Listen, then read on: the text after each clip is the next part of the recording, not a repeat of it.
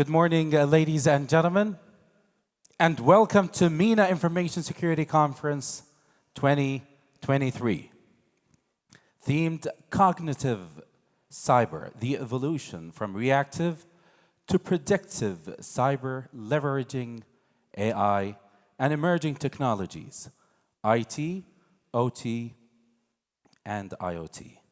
I'm sure you all know those fancy acronyms.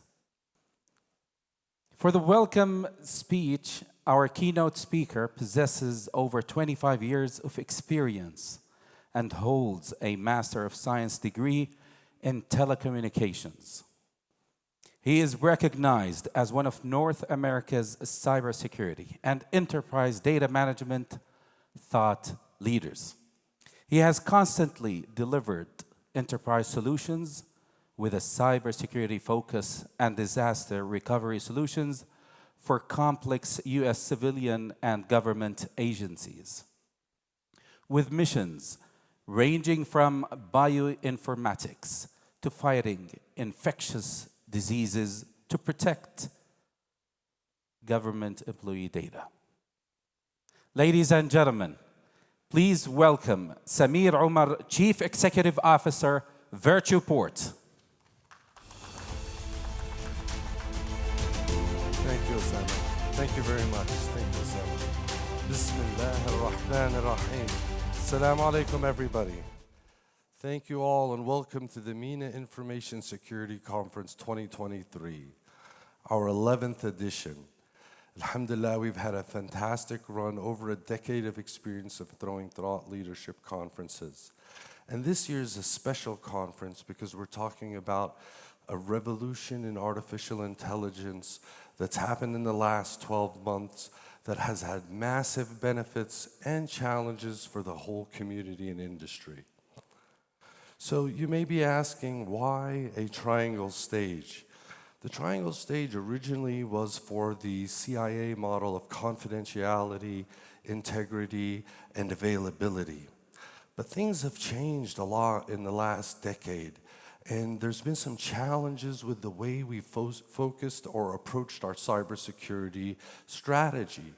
Really what happened was we put cybersecurity ahead of business priorities. And that became a challenge for the mission of the business.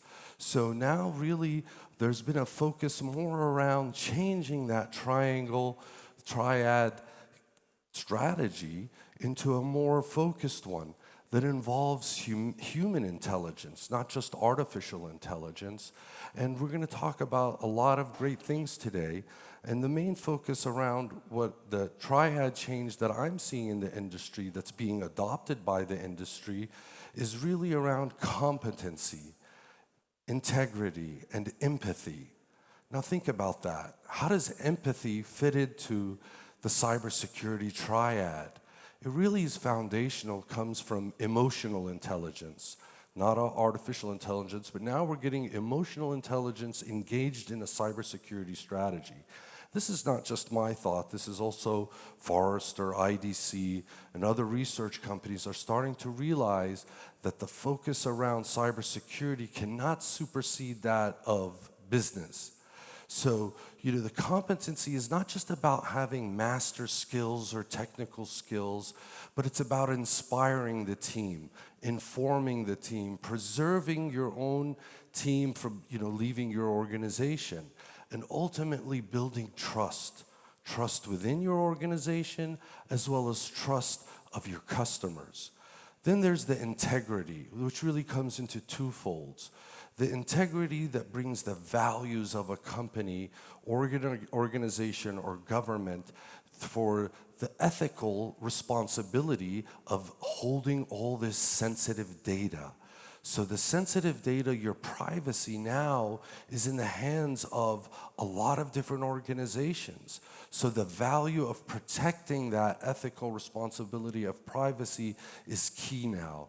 Then obviously the data integrity that encompasses the data itself and making sure it's reliable, available.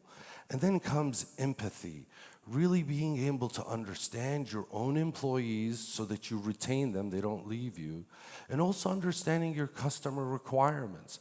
are key function areas of the new triad and the establishment of this triangle stage that we've had for 11 years.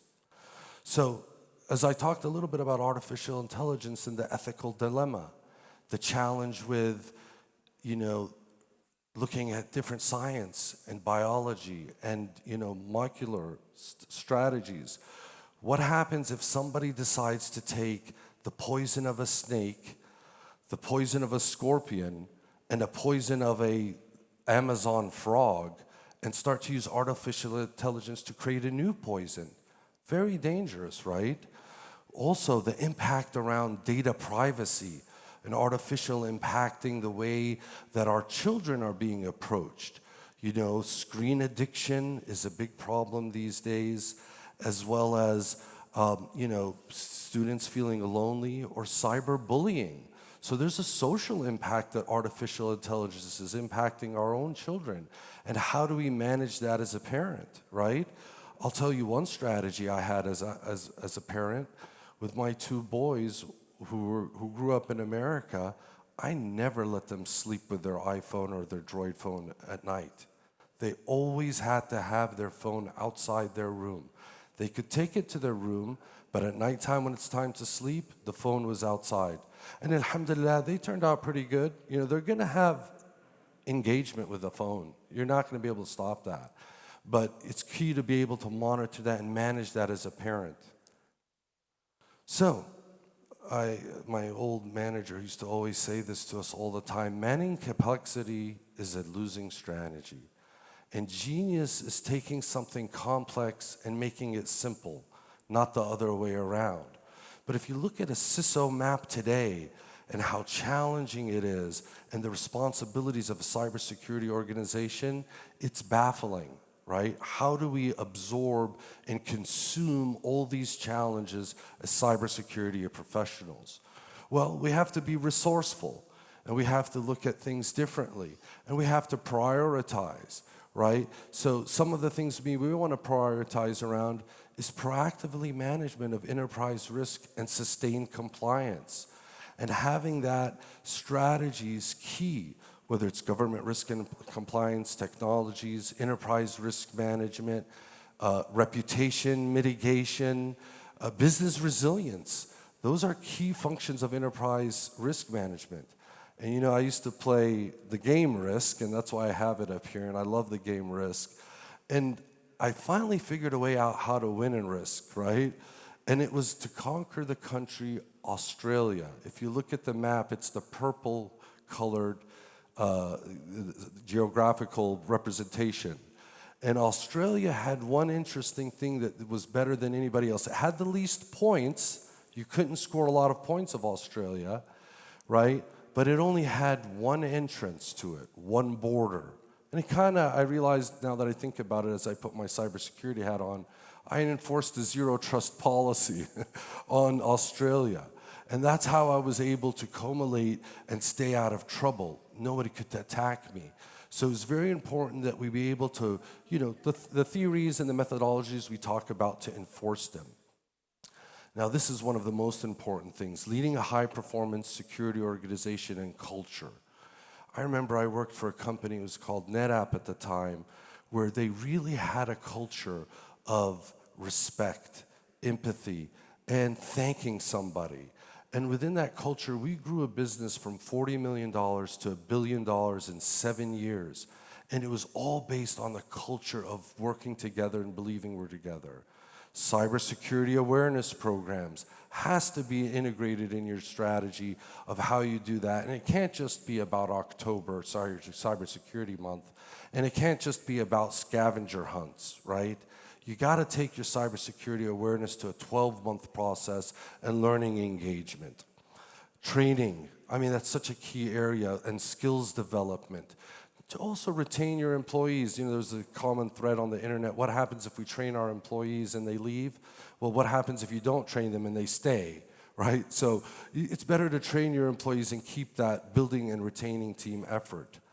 Defending against cyber attacks and emerging threats, right? I did a presentation on YouTube a couple of years ago around system orchestration, automation, and response. automation is going to be key in your SOC. Does it take you 17 hours to deal with a phishing email attack, or does it take you 7 minutes? That's the difference between what a SOAR technology can do for you. Using cyber threat intelligence in your operations center, looking at insider threat as well as incident response. Insider threat is very interesting because people think insider threat is an employee gone rogue. It's not necessarily an employee gone rogue. What it is a breach.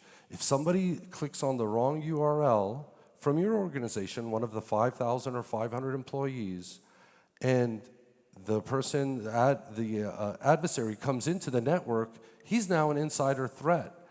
So being able to do user behavior analytics, management are key areas that you have to look at. This is one of my favorite. Again, we're trying to be resourceful here. The goal of what I'm talking about here is to address complexity. How do we address complexity? We have a mind map for the CISO that's unreadable, right? It's prioritizing and becoming resourceful. And one of the most resourceful things I've ever seen in my experience, and the biggest bang for the buck and the best return on investment, is looking at your identity management system, humans and machines, right? So when I used to do Active Directory audits, I'd found thousands of service accounts running with some of them no passwords or the same password, and then being able to monitor and look at your Active Directory. Key areas here. Now, everybody talks about employing least privilege model. The least privilege model is a big task, right? But if you don't know where your data is or how to protect it, you're going to find many, many challenges. So that's why when you look at affecting a data privacy and data loss prevention, one of the things you're going to want to look at is, where are my crown jewels? Where's my precious data? Where are the Iqama numbers? Where are the national ID numbers? Where are the licenses numbers, right? If you have data spread across the enterprise and you don't know where it is, then you're going to have challenges in protecting it, enforcing a least privilege model. You're going to have challenges having breach notifications and who is impacted. You're going to have challenges around ethical standards, right? So, now we take a step back and we look at, are we securing our code at its baseline, at its infrastructure, from its inception to it coming out? So re-looking at our code and how we code our systems, whether it's security dev operations, whether it's app security, or whether it's QA test and dev, we really need to start security at the basic level, which is coding. And a lot of people don't do that. Part of the challenge is because hurry it up, get it up to the cloud. We need to be live, right? Functionality superseding security has always been a challenge. Great, and hey, I've got a surprise for you guys today. I was introduced to a gentleman, Dr. Mazhar bin Ali, and I'm sorry, doctor, I messed up your name. You'll have a chance to change it, who's a physicist and is an expert in quantum security.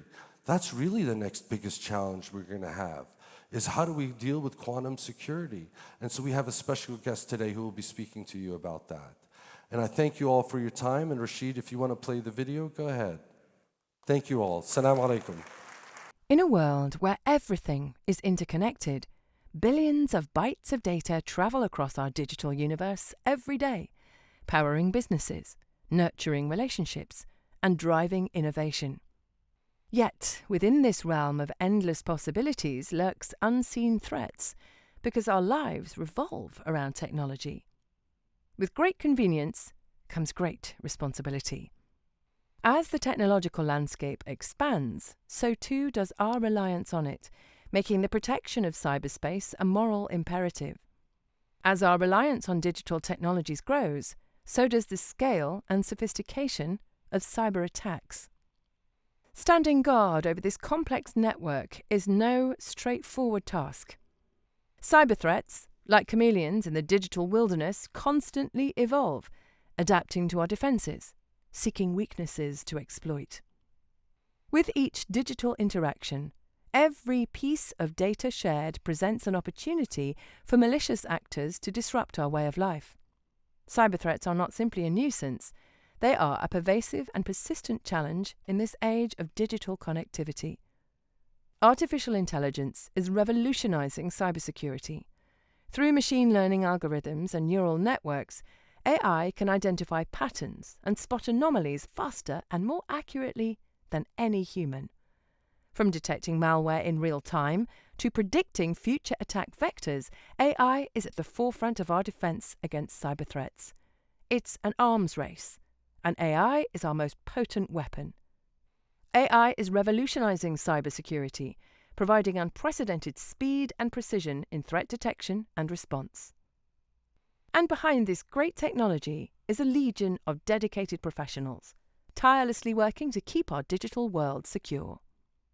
Welcome to our 11th edition of the annual Middle East North Africa Information Security Conference 2023, where this year's theme is Cognitive Cyber, the evolution from reactive to predictive cyber, leveraging AI and emerging technologies, IT, OT, and IoT. We are delighted to welcome each of our esteemed speakers, moderators, panelists, and all of you cybersecurity expert professionals who are on the front line, front office, making the critical decisions required to address these challenges by working together and networking. Please enjoy the next 2 days that are fully packed with insightful trends from global speakers, sharing their vision and recommendations.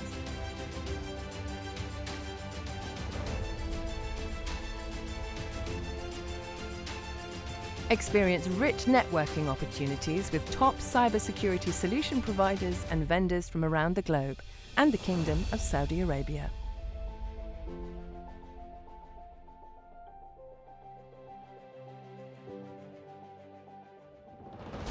We would like to give special thanks to all our valued sponsors and speakers for making our 11th edition a success.